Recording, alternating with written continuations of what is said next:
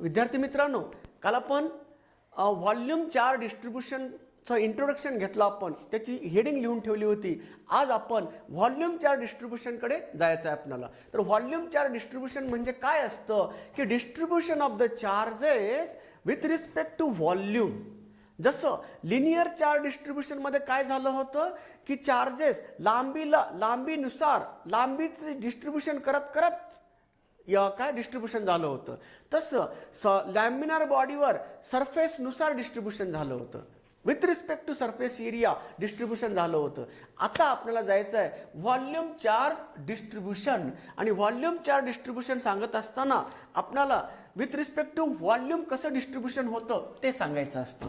म्हणून व्याख्या देत असताना असं म्हणतोय, volume charge distribution is the distribution. पण कुठल्या प्रकारचं डिस्ट्रीब्युशन आहे? हे युनिफॉर्म चार्ज डिस्ट्रीब्युशन आहे. मग युनिफॉर्म चार्ज डिस्ट्रीब्युशनची व्याख्या देत असताना आपण असं म्हणणार, युनिफॉर्म चार्ज डिस्ट्रीब्युशनची व्याख्या देत असताना काय बोलणार आपण? The distribution of the charges with respect to the volume of the charge body. ज्या बॉडीला तुम्ही चार्जेस देणार आहात त्याच्या व्हॉल्यूमनुसार चार्ज डिस्ट्रीब्युशन असतं. जसं की क्यूब आहे. समजा तुम्ही क्यूबला चार्ज देऊ लागलात, तर क्यूबला चार्ज देत असाल तर काय होतं, काही चार्जेस अलॉंग दिस साइड, काही चार्जेस अलॉंग दिस साइड, काही चार्जेस अलॉंग दिस साइड, तीन पद्धतीनं डिस्ट्रीब्युशन होतं. आणि मग समजा व्ही व्हॉल्यूमच्या बॉडीवर क्यू चार्जेस दिला, व्ही व्हॉल्यूमच्या बॉडीवर क्यू चार्जेस दिला, म्हणजे Q charges are distributed inside the volume V. Then number of charges distributed in unit volume. Unit volume मध्ये किती चार्ज डिस्ट्रीब्युट होतील त्यालाच आपण म्हणतोय व्हॉल्यूम चार्ज डेन्सिटी. म्हणून volume charge density is a number of charges. He quantity आहे. या पद्धतीचं डिस्क्रिप्शन द्यायचं आहे. हे volume charge distribution detail explain करायचं असेल तर तुम्हाला व्हॉल्यूम चार्ज डेन्सिटी डिफाईन करावं लागतं. आणि व्हॉल्यूम चार्ज डेन्सिटी डिफाईन करत असताना कसं डिफाईन करत आहोत आपण? Number of charges distributed per unit volume of the body called as volume charge density. आणि मग व्हॉल्यूम चार्ज डेन्सिटी याचा फॉर्म्युला तयार करायचा असेल तर rho equal to Q upon volume. पुन्हा याचं युनिट काय असेल? Coulomb per cubic metre. Unit काय असेल? हे झालं. डायमेन्शन काय असतील? -3T1I1. कुणावर डिपेंड असेल आणि कुणावर डिपेंड नसेल. Volume charge density not depend upon charges, not depend upon volume. का? तुम्हाला व्हॉल्यूम वाढवलात, व्हॉल्यूम वाढलात की त्याच्यावर बसणारे चार्जेसची कॅपॅसिटी सुद्धा वाढते. म्हणून चार्ज वाढवायचा असेल तर त्याला बसण्यासाठी जागा, व्हॉल्यूम पण अवेलेबल करून द्यावी लागते. म्हणून जेवढ्या पटीने तुम्ही चार्ज वाढवाल तेवढ्याच पटीने व्हॉल्यूम वाढवलं पाहिजे, तरच ते बसू शकतात. म्हणून रेशिओ रिमेन्स कॉन्स्टंट. म्हणून या रेशिओला आपण लिनियर व्हॉल्यूम चार्ज डेन्सिटी म्हटलं. आणि व्हॉल्यूम चार्ज डेन्सिटी सुद्धा not depend upon charges, not depend upon volume, but it depend upon the nature and material of the charger body. कुठल्या पद्धतीचं, कुठल्या नेचरचं आहे, कंडक्टिव्हिटी कशी आहे ते नेचर सांगतं, आणि कुठल्या मटेरियलचं आहे ते त्याच्यावर डिपेंड असतं. म्हणून विद्यार्थी मित्रांनो, डिस्ट्रीब्युशन ऑफ द चार्ज म्हणजे 4 प्रॉपर्टीज झाल्या आणि डिस्ट्रीब्युशनचे 3 प्रकार झाले. कुठल्या डिस्ट्रीब्युशनचे? युनिफॉर्म चार्ज डिस्ट्रीब्युशनचे 3 प्रकार झाले. नॉन युनिफॉर्म चार्ज डिस्ट्रीब्युशन कुठं असतं ते पण सांगितलंय. ओके, मग चला आता इथं प्रॉपर्टीज ऑफ चार्ज हा कन्सेप्ट संपला. एकंदरीत चार्जच नावाचा कन्सेप्ट इथं संपलेला आहे. तर विद्यार्थ्यांनो, आपण इलेक्ट्रोस्टॅटिक्स मधली एक ब्रँच संपवलेली आहे. एक ब्रँच कोणती? चार्ज नावाची ब्रँच. म्हणजे इलेक्ट्रोस्टॅटिक्स मध्ये पण असे तुकडे तुकडे केलेत आपण. इलेक्ट्रोस्टॅटिक्स मध्ये कुणाचा अभ्यास करतोय तर थांबलेल्या चार्जचा अभ्यास करतोय. इथून आपण सुरुवात केली आणि त्या चार्ज बद्दल जाणून घेतलं. जे काही आपण स्टॅटिक्स चार्जचा अभ्यास करतोय म्हणून चार्ज बद्दल जाणून घेतलंय. इव्हन दो त्याच्या प्रॉपर्टी सुद्धा आपण जाणलेल्या आहेत. पण यामध्ये चार्जचं रिडिस्ट्रीब्युशन नावाची एक टेंडन्सी आहे. चार्ज रिडिस्ट्रीब्यूट होतात, म्हणजेच डिस्ट्रीब्युशन शिकलोत आपण. मग रिडिस्ट्रीब्युशन काय प्रकार आहे ते पण कळलं पाहिजे विद्यार्थी मित्रांनो. तर रिडिस्ट्रीब्युशन ऑफ द चार्ज म्हणजे काय आहे? तर चला, तर redistribution of the charge.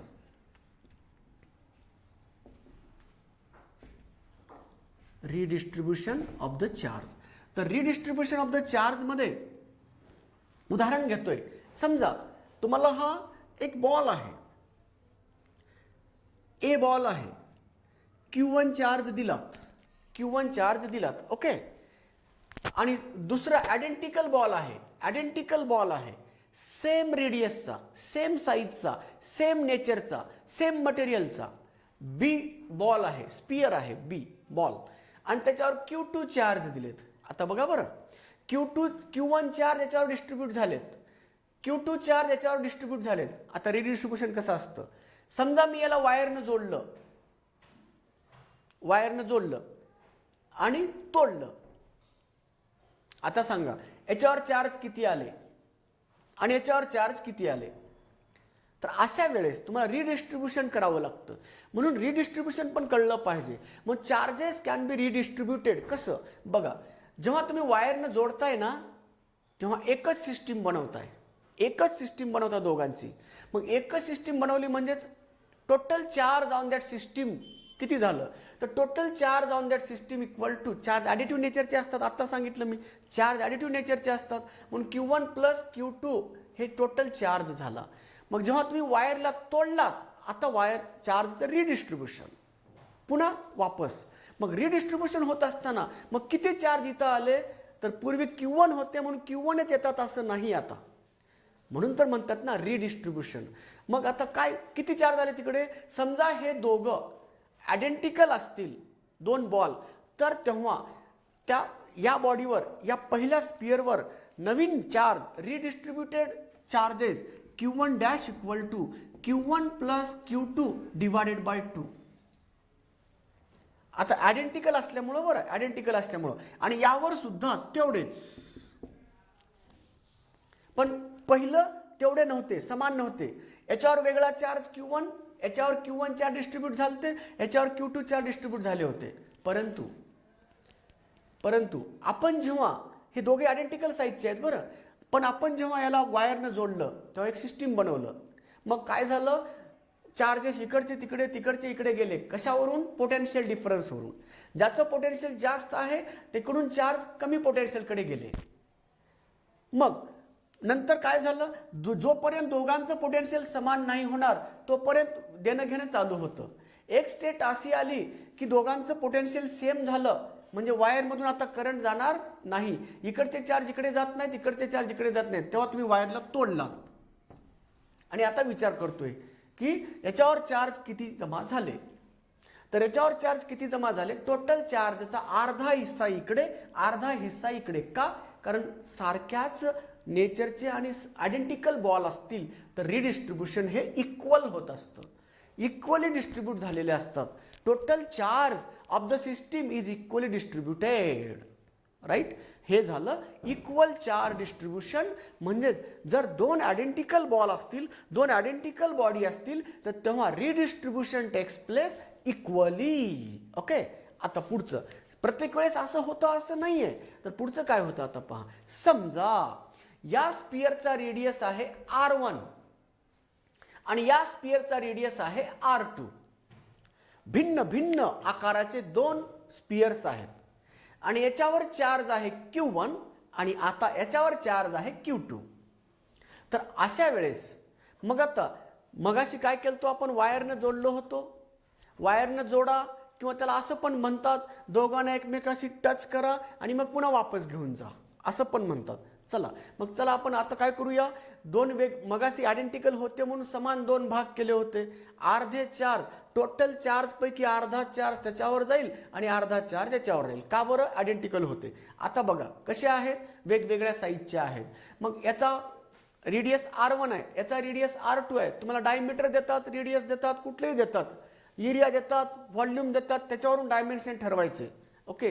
Radius ठरवायचं, एरिया ठरवायचा, एरियानुसार डिस्ट्रीब्युशन झालं, एरिया व्हॉल्यूमनुसार झालं, व्हॉल्यूमनुसार काढायचं. ठीक आहे. तर चला मग बाळांनो, आता या पद्धतीचं दोघांचा रेडियस वेगवेगळा असेल, तर दोघांचा साईज वेगवेगळा असेल, तर डिस्ट्रीब्युशन, रिडिस्ट्रीब्युशन ऑफ द चार्ज कसं होतं हे पण कळलं पाहिजे. विद्यार्थी मित्रांनो, समजा रेडियस R1 आहे याचा, रेडियस R2 आहे याचा, आणि R1 हा मोठा आहे R2 पेक्षा. जे समान नाही दोघांचं. नाहीतर R1 R2 दिला तर इक्वल दिला तर पुन्हा आयडेंटिकल झाले ना ते. म्हणून जर R1 हा R2 पेक्षा मोठा असेल तर काय होईल? मग जर R1 हा R2 पेक्षा मोठा असेल तर आता बघा, तर दोघांना वायरनं जोडलात, इकडचे चार्ज इकडे, इकडचे चार्ज इकडे गेले. एका स्टेडी स्टेटला आल्यानंतर there is no further transfer of charge. मग वायर कट केलात. आता याच्यावरचे नवीन चार्ज किती? आता इथं समान भाग होणार नाहीयेत. मग त्यासाठी फॉर्म्युला काय आहे?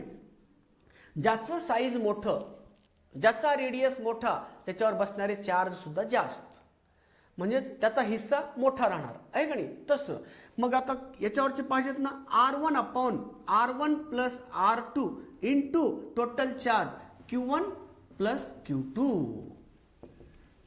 टोटल चार्जचा एवढा हिस्सा Q1 डॅशवर असतो.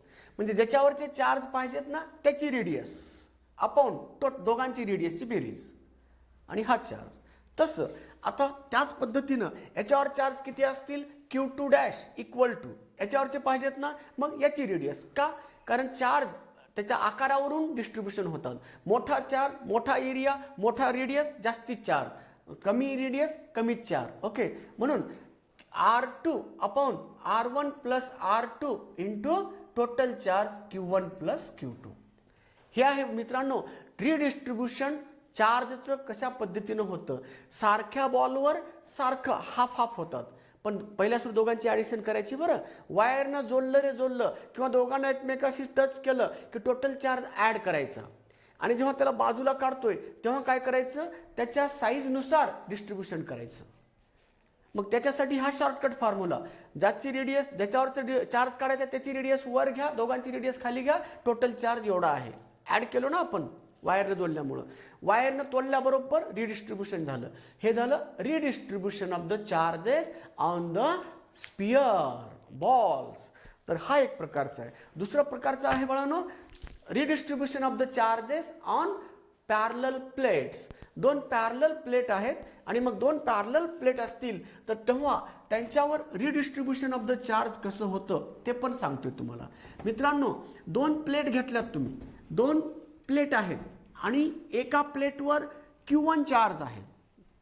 ओके, दुसऱ्या प्लेटवर Q2 चार्ज आहेत. बघा रिडिस्ट्रीब्युशन कसं होतं. ही प्लेट आहे, ए नावाची प्लेट आहे. या प्लेटवर ए नावाची प्लेट, या प्लेटवर Q1 चार्ज आहेत, Q1 चार्ज. आणि दुसरी प्लेट ती बी नावाची प्लेट आहे. ठीक आहे, बी नावाची प्लेट आहे आणि त्याच्यावर Q2 चार्ज आहेत. आता मी काय करतोय? रिडिस्ट्रीब्युशन बघा. आता या प्लेटवर किती चार्ज बसलेत? Q2. मग इकडे किती असतील? या बाजूला Q2/2, या बाजूला Q2/2. राईट, दूर दूर आहेत बरं. हे याच्याशी काही संबंध नाही. हे एक प्लेट इकडे घेतलं, टोटल चार्ज Q2 होते. मग इकडे किती? Q2/2. इकडे किती? Q2/2. तसंच आता इथं टोटल चार्ज Q1 आहेत ना, मग या बाजूला Q1/2, या बाजूला Q1/2. झालं. हे रिडिस्ट्रीब्युशन नाही, हे डिस्ट्रीब्युशन आहे. आता बघा रिडिस्ट्रीब्युशन कसं असतं. जेव्हा या दोन प्लेटला एकमेकाच्या जवळ आणलात, जेव्हा या दोन प्लेटला एकमेकाच्या जवळ आणलात तर काय होतं पहा. हा रॉड याच्या जवळ आणलात, हा Q2 आहे. आता सांगा काय घडलं? हलचल मच गई.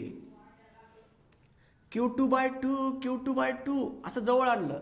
आता इंडक्शन, चार्ज बाय इंडक्शन झालं आणि रिडिस्ट्रीब्युशन ऑफ द चार्ज झालं. आता या बॉडीवर किती चार्ज आहेत? या सरफेसवर चार्ज किती आहेत? या सरफेसवर चार्ज किती आहेत? Q1 plus Q2 divided by 2 आणि इकडे Q1 plus Q2 divided by 2. म्हणजे याच्या बाहेरच्या बाजूला एवढे चार्ज. रिडिस्ट्रीब्युशन बघा. आता मगाशी कसं होतं? दोघांकडे सारखेच होते. याच्या पण दोन्ही बाजूला सारखे, याच्या पण दोन्ही बाजूला सारखे. आता काय झालं? या सरफेसवर हे चार्ज राहिले नाहीत. आता या सरफेसवर एवढे चार्ज नाही राहिले. आता किती झाले? एवढे झाले. आणि या सरफेसवर पण चार्ज तेवढे राहिले का? नाही. किती झाले? एवढे झाले. म्हणजे दोन्हीही प्लेटच्या बाहेरील बाजूला हे चार्जेस हे सारखेच असतात, लाईक चार्जेस असतात. पॉझिटिव्ह असतील पॉझिटिव्हच. ओके, आणि आता आतमध्ये काय झालं सांगतोय. आतमध्ये काय झालं, समजा इथं चार्ज डिस्ट्रीब्युशन असताना Q1 मोठा आहे Q2 पेक्षा, वेगवेगळे आहेत ना. Q1 जर मोठा असेल Q2 पेक्षा, तर इथं Q1 मायनस Q2 अपॉन 2 एवढे चार्ज इकडे, आणि इकडे इथं किती, या सरफेसवर किती, minus Q1 minus Q2 upon 2. म्हणजे दोघांच्या डिफरन्सचा हाफ, दोघांच्या डिफरन्सचा हाफ पॉझिटिव्ह इथं, आणि दोघांच्या डिफरन्सचा हाफच पण निगेटिव्ह नेचरचे या प्लेटच्या आतमध्ये. म्हणजे हे पण चार्ज नाही राहिले आता. ओके, याच्या आतमध्ये निगेटिव्ह म्हणजे डिफरन्सचा अर्धा पण निगेटिव्ह. आता लक्षात घ्यायच्यात पण निगेटिव्ह कुणावर आणि पॉझिटिव्ह कुणावर, ज्याच्यावर चार्ज जास्त आहेत. समजा Q2 जर मोठा असता तर इकडे पॉझिटिव्ह आणि इकडे निगेटिव्ह, पण आउटसाइडला मात्र कंपल्सरी पॉझिटिव्ह लाईक चार्ज असतील. म्हणून हे redistribution of the charges on 2 parallel plates. Okay बच्चो, तर हे झालं चार्जचे इतर एक्स्ट्रा स्टडी सुद्धा इथं संपला. म्हणजे चार्जवर आतापर्यंत विचारले जाणारे आणि आतापर्यंत विचारले गेलेले हे varieties of numericals, varieties of question ज्या ज्या कन्सेप्टवर येतात ते कन्सेप्ट पूर्ण तुमच्याशी शेअर करत आहे. म्हणून डिस्ट्रीब्युशन ऑफ द चार्ज तर झालंच झालं, रिडिस्ट्रीब्युशन ऑफ द चार्ज पण झालेलं आहे. Redistribution of the charge on the sphere मगाशी सांगितलं, आत्ताच redistribution of the charges on the parallel plate, charge plates, 2 parallel प्लेटवरचं रिडिस्ट्रीब्युशन झालं. तर विद्यार्थी मित्रांनो, इथं आता चार्ज नावाचा कन्सेप्ट संपला. आता पुढे आहे की चार्ज इंटरॅक्शन करतो, तर इंटरॅक्शन बिटवीन द चार्ज कशासाठी शिकावं लागतं, कारण की फील्ड शिकायचं आपल्याला. आता इलेक्ट्रिक फील्ड हा कन्सेप्ट पुढचा आहे. म्हणून इलेक्ट्रिक फील्ड नावाच्या कन्सेप्टला लागणारा बेस कोणता आहे, तर इंटरॅक्शन. कारण फील्डची व्याख्याच काय आहे माहित आहे का, एखाद्या चार्जच्या सराउंडिंगमध्ये, एखाद्या चार्जच्या सराउंडिंगमध्ये असणारी स्पेस, ज्या स्पेसपर्यंत तो दुसऱ्या सोबत, दुसऱ्या चार्जड बॉडी सोबत किंवा दुसऱ्या अनचार्जड बॉडी सोबत इंटरॅक्ट करू शकतो. तर लक्षात घ्या बाळांनो, आणखीन एक महत्त्वाचा पॉइंट सांगतोय. प्रत्येक चार्जड बॉडी दुसऱ्या चार्जड बॉडी सोबतच इंटरॅक्ट करते असं पण नाही. प्रत्येक चार्जड बॉडी दुसऱ्या अनचार्जड बॉडी सोबत सुद्धा इंटरॅक्ट करते, हे पण लक्षात असू द्या. अनचार्जड बॉडीवर काय इंटरॅक्ट करते मान्य आहे, त्याची इंटरॅक्शन वीक असेल पण interaction is there.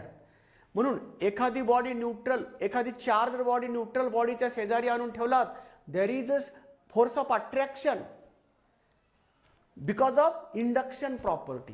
Charge by induction न त्याच्यात अट्रॅक्शन असतं पण तुलनेनं खूप कमी असतं. ओके, म्हणून कधी कधी आपण त्याला निग्लेक्ट करत असतो, पण there is interaction. Induction property निर्माण होते. चार्ज बाय इंडक्शन काय झालं, ज्या नेचरचा चार्जर बॉडी तुम्ही शेजारी आणलाय हा न्यूट्रल आहे आणि हा चार्जर बॉडी आहे, हा चार्जर बॉडी पॉझिटिव्ह चार्जचा आहे आणि हा न्यूट्रल आहे. काय होतं, हा शेजारी आणल्याबरोबर याच्यातले इलेक्ट्रॉन प्रोटॉन भांडणं लागतात आणि हे पॉझिटिव्ह असल्यामुळं निगेटिव्ह चार्ज इलेक्ट्रॉन इकडे येतात आणि त्याचे पॉझिटिव्ह चार्ज दूर जातात. मग मला सांगा, या दोघात निगेटिव्ह चार्जमध्ये, याच्या निगेटिव्ह चार्जमध्ये आणि या पॉझिटिव्हमध्ये अट्रॅक्शन आहे, म्हणून तर इंडक्शन झाले ना. मग आता सांगा, दोघात force of attraction is there, मग इंटरॅक्शन झाली का नाही. हा, म्हणून एखादा चार्जर बॉडी ऑलवेज दुसऱ्या चार्जर बॉडी सोबतच इंटरॅक्शन करतो असं नाहीये, पण तो इंटरॅक्शन पण करू शकतो इन्सुलेटर बॉडी म्हणजेच काय, अनचार्जड बॉडी सोबत, न्यूट्रल बॉडी सोबत. ओके, मग आता जाऊया, हे जे फील्ड नावाचा कन्सेप्ट आहे, इलेक्ट्रिक फील्ड हा कन्सेप्ट आपल्याला शिकायला जायचा आहे. तर फील्ड म्हणजे जागा, स्पेस. आणि मग अशा जागेपर्यंत एखाद्या चार्जनं त्याचं वलय निर्माण केलंय. त्याचं वलय म्हणजे, वलय कसं डिफाईन करतो, जिथपर्यंत त्याचं वलय आहे असं कधी म्हणतो, जेव्हा एखाद्या चार्जला तो इंटरॅक्ट करू शकतो एखाद्या विशिष्ट मर्यादेत अंतरापर्यंत. एखाद्या विशिष्ट स्पेसपर्यंत. त्याच्या पलीकडे तो इंटरॅक्शन करत नसेल, त्याची कक्षात त्याची इन्फ्लुएन्स तिथलं संपलं, तिथलं वलय संपलं. म्हणून फील्ड म्हणजे एक असं वलय आहे की जिथंपर्यंत तो दुसऱ्याशी इंटरॅक्ट करतो. मग आता मला सांगा, इंटरॅक्टवरून आपण फील्ड डिफाईन करायला लागलात तर मग मला सांगा इंटरॅक्शन शिकली पाहिजे का नाही? हां, म्हणून तर चार्ज इंटरॅक्ट कसा करतोय त्याच्याबद्दल जाणून घेत असताना आपण कुलम फोर्सबद्दल जाणलं पाहिजे. आणि कुलम फोर्सबद्दल जाणून घेत असताना coulomb force used to determine the interaction between the two unlike or like charges, but that are point, that must be point. म्हणून force between two electric charges at rest explained by the Coulomb's law. Coulomb's law of electrostatics means the force of interaction between two electric charges explained by the Coulomb's law. Okay, मग चला आता coulombs law मध्ये मी जास्त आत जाणार नाहीये, कारण पहिल्या दिवशी आपण कुलम्स लॉ बद्दल पण जाणून घेतलेलं आहे. म्हणून कुलम्स लॉ फक्त महत्वाचे फोकस करतोय पॉइंट. कुलम्स लॉ, तर कुलम्सनं काय सांगितलं, समजा Q1 पॉइंट चार्ज रेस्ट आहे इथं, Q2 पॉइंट चार्ज रेस्ट आहे इथं. पॉइंट असले पाहिजेत, रेस्ट असले पाहिजेत, हे महत्वाचं आहे. आणि दोघं एकमेकापासून R डिस्टन्सवर असतील तर दोघं एकमेकाशी फोर्स ऑफ इंटरॅक्शन करतात. आणि दॅट फोर्स ऑफ इंटरॅक्शनचं magnitude directly proportional to product of the charges and inversely proportional to square of the distance between two charges, and that will be reduced by equal to sign k 1/4 pi epsilon naught. 1/4 pi epsilon naught ची value आहे एक CGS system मध्ये. CGS system मध्ये याची किंमत 1 येते आणि याची किंमत 9 × 10⁹ येते SI सिस्टीम मध्ये. म्हणजे याचा अर्थ coulomb force also depend upon the system of measurement of the charges. त्या चार्जला कुठल्या सिस्टीमनं मोजतोय, डिस्टन्स मोजण्यासाठी कुठली सिस्टीम वापरतोय त्याच्यानुसार सुद्धा फोर्स डिपेंड आहे. एवढंच नाही, force also depend upon the medium surrounding the charges. मीडियमवर सुद्धा डिपेंड असतं. प्रोडक्ट ऑफ द चार्जेस, जोपर्यंत प्रोडक्ट बदलत नाही तोपर्यंत फोर्स बदलत नाहीये. असं नाहीये की दोन चार्ज बदलले की नेहमीच फोर्स बदलतो, असं नाहीये. समजा चार्ज असे बदलले, एक जण डबल झाला दुसरा अर्धा झाला, तर प्रोडक्ट बदलला का? नाही. म्हणून त्याच्या व्याख्येमध्ये सांगताना त्यांनी असं सांगितलेलं आहे, force is directly proportional to product of the charges म्हटलंय. जोपर्यंत त्या दोघांचा प्रोडक्ट बदलत नाही, मग त्या प्रोडक्ट बदलण्याचे कारण कोणते का राहत नाहीये. एकटा बदलण्यामुळं पण प्रोडक्ट बदलू शकतो, दुसरा एकटा बदलण्यामुळं पण प्रोडक्ट बदलू शकतो, दोघं बदलल्यामुळं पण प्रोडक्ट बदलू शकतो. म्हणून जोपर्यंत प्रोडक्ट बदलत नाही तोपर्यंत फोर्स बदलत नाही, असा अर्थ आहे त्याचा. आणि inversely proportional to square of the distance between two charges, आणि it is depend upon the medium. मग मीडियमवर कसा डिपेंड आहे, आणि त्याचबरोबर it not depend upon the neighbourhood charges. त्याच्या आजूबाजूला चार्जेस किती आहेत याच्यावर पण तो डिपेंड नाहीये. म्हणजे कसं सांगतोय, it is not affected, coulomb force is not affected.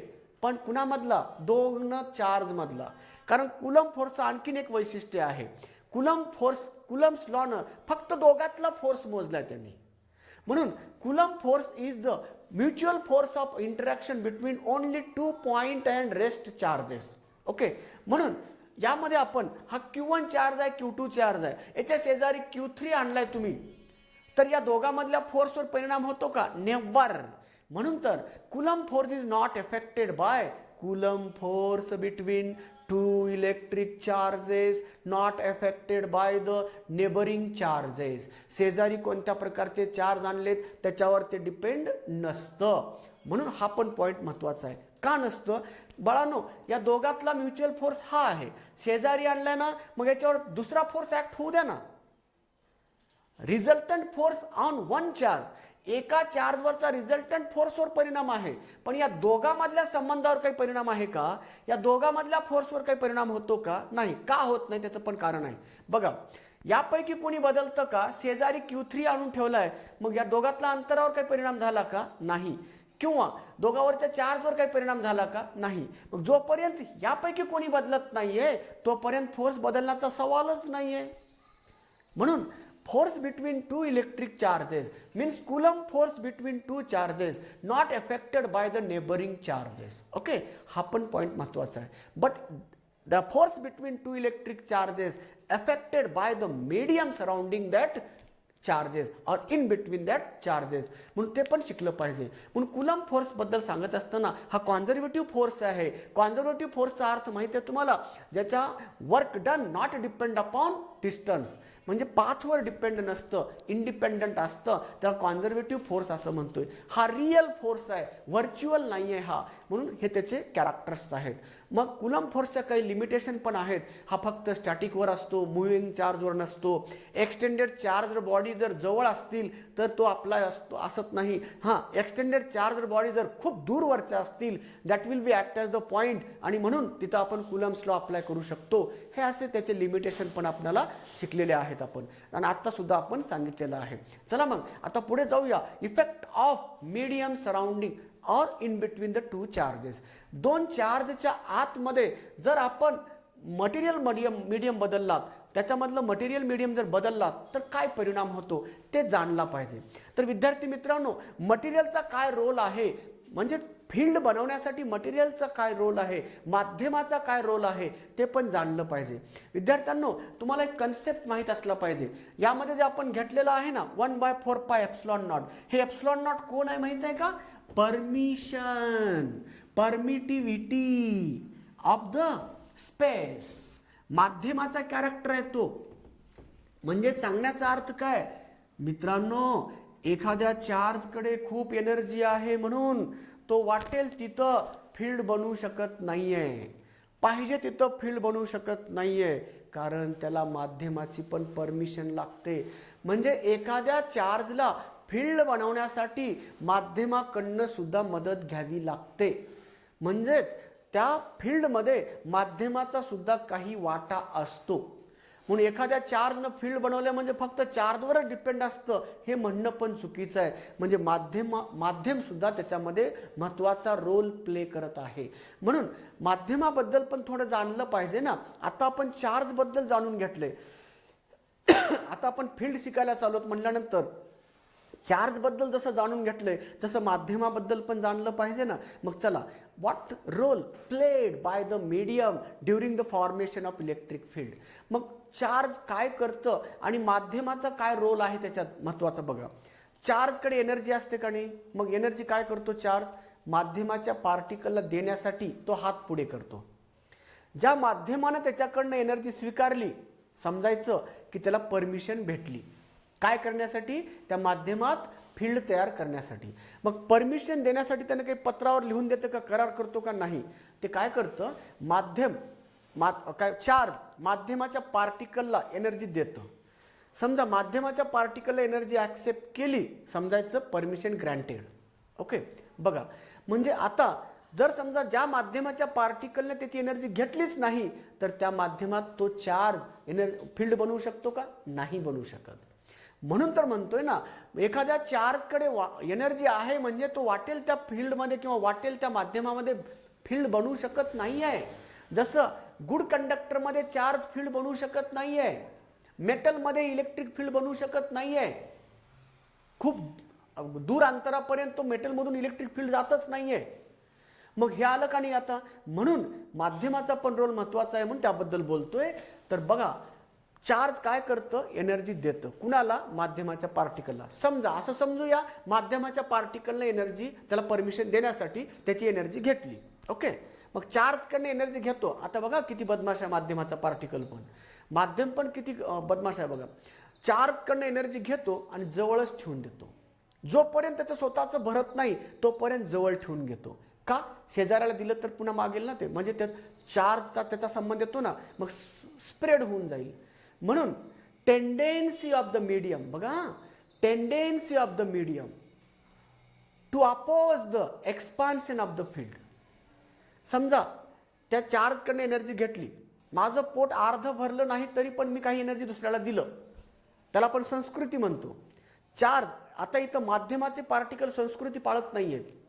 आपण जेवण करत असताना आपलं जेवण पोट भरो की न भरो, एखादा भिकारी आला तर अर्धी भाकर आपल्या ताटातली देतो त्याला, किंवा एखादा भूक गेलेला माणूस आला तर त्याला जेव म्हणतो आणि शेअर करतो.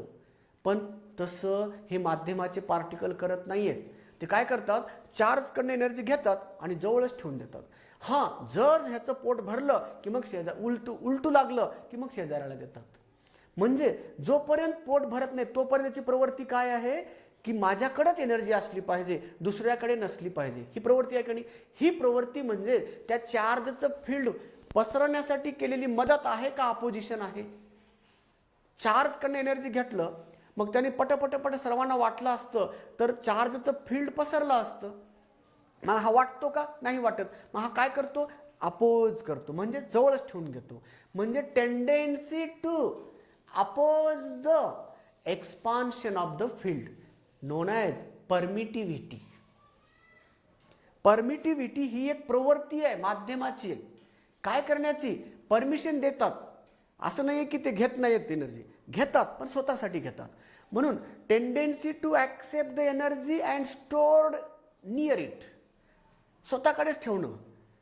And opposition for the expansion of field called as permittivity. आणि म्हणून याचं नाव परमिटिव्हिटी का? परमिशन सारखं आहे नाही म्हणून परमिटिव्हिटी असं नाव दिलं. मग स्पेससाठी, स्पेस फ्री जागा, मोकळी जागा किंवा एअरसाठी, स्पेससाठी परमिटिव्हिटीचा व्हॅल्यू आहे एप्सिलॉन नॉट आणि याची एक्सपेरिमेंटल व्हॅल्यू आहे 8.85 10⁻⁻12 SI सिस्टीम.